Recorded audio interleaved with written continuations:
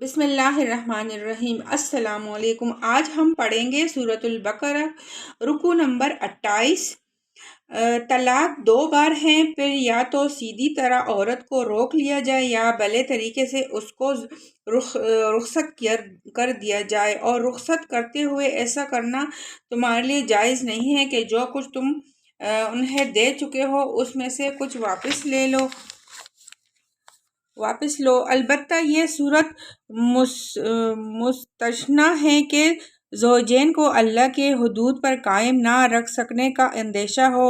ایسی صورت میں اگر تمہیں یہ خوف ہو کہ وہ دونوں خدا الہی پر قائم نہ رہیں گے تو ان دونوں کے درمیان یہ معاملہ ہو جانے میں مذائقہ نہیں کہ عورت اپنے شوہر کو کچھ معاوضہ دے کر علیحدگی حاصل کر لے۔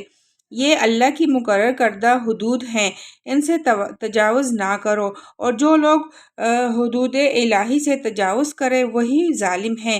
پھر اگر دوبارہ طلاق دینے کے بعد شوہر نے عورت کو تیسری بار طلاق دے دی تو وہ عورت پھر اس کے لیے حلال نہ ہوگی، الا یہ کہ اس کا نکاح کسی دوسرے شخص سے ہو اور وہ اسے طلاق دے دے۔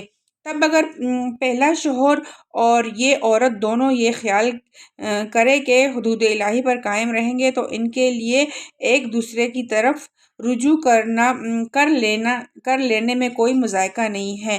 یہ اللہ کی مقرر کردہ حدیں ہیں۔ جنہیں وہ ان لوگوں کو ہدایت کے لیے واضح کر رہے ہیں جو اس کے حدوں کو توڑنے کا انجام جانتے ہیں۔ اور جب تم عورتوں کو طلاق دے دو اور ان کے عدت پوری ہونے کو آ جائے تو بھلے طریقے سے انہیں روک لو یا بھلے طریقے سے رخصت کر دو۔ محض ستانے کی خاطر انہیں نہ روکے رکھنا کہ یہ زیادتی ہوگی، اور جو ایسا کرے گا وہ درحقیقت آپ اپنے ہی اوپر ظلم کرے گا۔ اللہ کی آیات کا کیل نہ بناؤ۔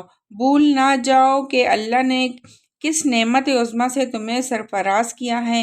وہ تمہیں نصیحت کرتا ہے کہ جو کتاب اور حکمت اس نے تم پر نازل کی ہیں اس کا احترام ملحوظ رکھو۔ اللہ سے ڈرو اور خوب جان لو کہ اللہ کو ہر بات کی خبر ہے۔